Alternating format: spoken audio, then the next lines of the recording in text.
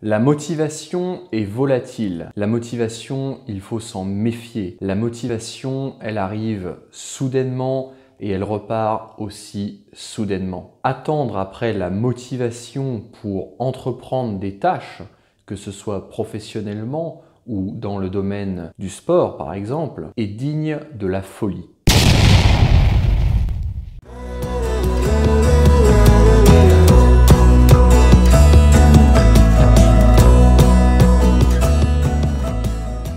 Bonjour à toutes et à tous. Aujourd'hui, je souhaitais vous parler d'un sujet qui est d'une importance assez capitale et qui est un sujet qui revient très régulièrement. Ce sujet, vous l'aurez compris en regardant l'introduction, il s'agit de la motivation. Alors pourquoi est-ce que la motivation est d'une importance capitale? Eh bien, dans le domaine professionnel, si on n'est pas motivé, on n'entreprend rien.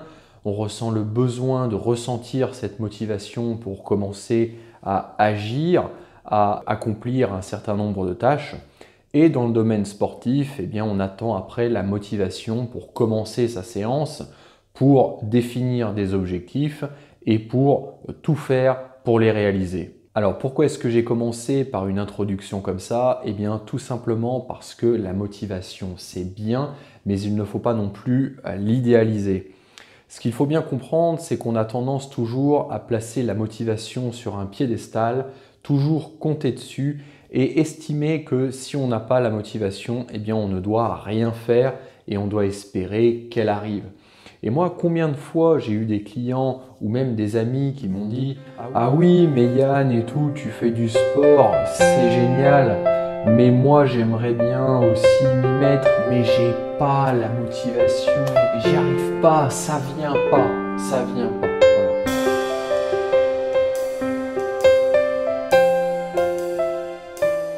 Donc en fait, tout cela est comme si on attendait que la motivation tombe du ciel, que c'était quelque chose qui allait arriver comme ça de nulle part et que si ça n'arrivait pas, eh bien après tout, nous avions une excuse pour ne pas passer à l'action. Et selon moi, c'est une très mauvaise vision des choses et je vais vous expliquer pourquoi. Alors déjà, si on n'est pas réellement motivé, c'est qu'on n'a pas réellement envie d'atteindre l'objectif que l'on dit vouloir atteindre. Pourquoi? Eh bien tout simplement parce que ça veut dire que l'envie irrésistible de ne pas agir, le fait de céder à cette paresse est finalement plus importante que les efforts auxquels il va falloir consentir pour atteindre cet objectif. Et il y a beaucoup de choses comme ça dans la vie. Il y a beaucoup de personnes qui vous diront « Ah oui, mais j'aimerais atteindre ce but-là, j'aimerais perdre du poids, j'aimerais prendre du muscle, j'aimerais être meilleur au footing, j'aimerais être plus en forme grâce au sport, etc. » Et si vous dites aux gens « Eh bien, si demain, d'un coup de baguette magique, je t'offre cela, est-ce que tu es d'accord ?» Eh bien, tout le monde va vous répondre oui. Par contre, si vous dites « Ah d'accord, sache que tu peux tout à fait y arriver, que quasiment n'importe qui peut y arriver, mais par contre, tu vas devoir consentir à un certain nombre d'efforts, tu vas devoir mettre des actions en place, etc. » Et bien là, tout de suite, vous en perdez au moins la moitié, et encore, je suis gentil. Alors, ce qui compte, c'est la détermination. Quelle est votre envie profonde de réaliser cet objectif? Si cette envie est réellement profonde, eh bien, vous arriverez toujours à surpasser cette motivation. Parce qu'au final, qu'est-ce que c'est que la motivation? C'est un sentiment qui est éphémère, qui est provisoire. Il y a des jours où vous allez être bouillonnant à l'intérieur, vous allez être très motivé pour réaliser des objectifs.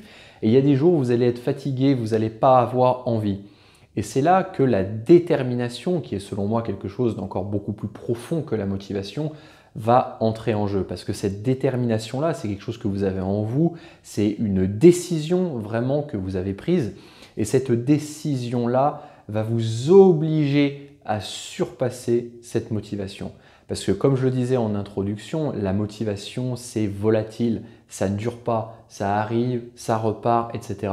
En revanche, ce qui reste, c'est vos convictions, votre détermination, les décisions que vous aurez prises préalablement. C'est donc pour ça qu'il ne faut pas attendre que la motivation arrive ou essayer de trouver une méthode miraculeuse pour que la motivation vous prenne aux tripes tout d'un coup. Cela, ça n'arrive pas, c'est une légende totale. En fait, les jours où vous n'êtes pas motivé, il n'y a pas 36 solutions, vous allez être obligé de vous forcer. Et c'est comme ça.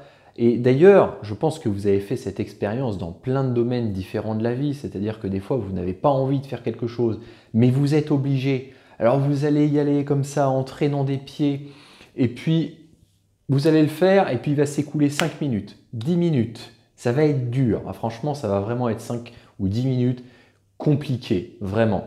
Mais ensuite, vous allez être dans le bain, votre corps se sera adapté. Et puis, finalement, quand ça va se terminer, vous allez vous dire « Ah, eh ben finalement, c'était pas si compliqué que ça, je comprends vraiment pas pourquoi est-ce que je me suis mis dans des états pareils, pourquoi est-ce que j'avais vraiment pas envie d'y aller, parce que finalement, c'est pas si compliqué que ça. » Et en plus, vous serez fier de vous, fier d'avoir surpassé le fait de ne pas être motivé au départ. Alors que si vous êtes resté dans votre canapé, eh ben vous allez vous en vouloir, vous allez vous dire « Oh là là, j'ai cédé à la paresse et je ne suis pas fier de moi. » Et en plus, si vous avez fait ça, vous êtes sûr et certain de ne pas atteindre vos objectifs.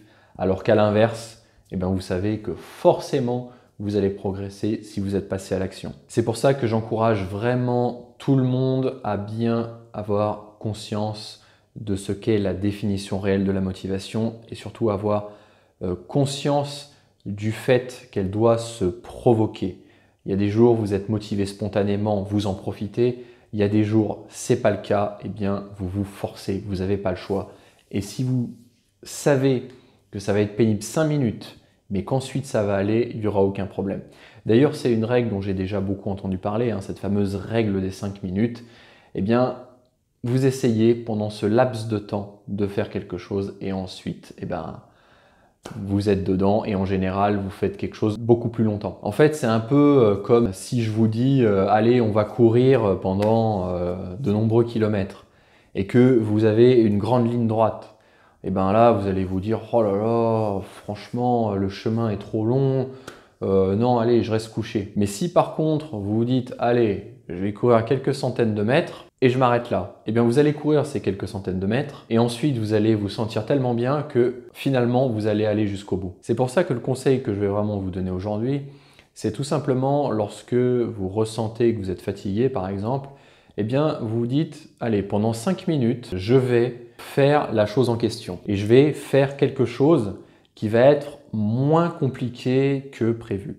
Par exemple, vous aviez prévu de faire une séance cardio de 45 minutes. Et vraiment là, vous êtes complètement démotivé. Ce que vous allez faire, c'est vous allez vous dire, d'accord, je vais faire simplement des pompes, ok, avec 30 secondes de récupération entre mes séries, mais je vais en faire que 5 minutes.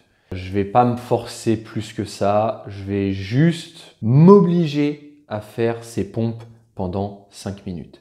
Et vous verrez qu'une fois ces 5 minutes passées, vous allez vous sentir bien et vous allez pouvoir faire cette séance de 45 minutes. Alors voilà, j'espère que vous avez revu un petit peu votre conception de la motivation, que vous avez compris ce qu'est la différence entre la motivation et vraiment ce qu'on a au fond de nous, l'engagement que l'on prend.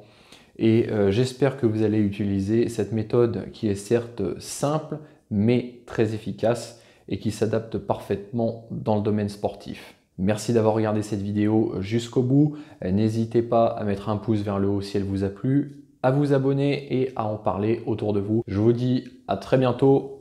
Gardez la forme.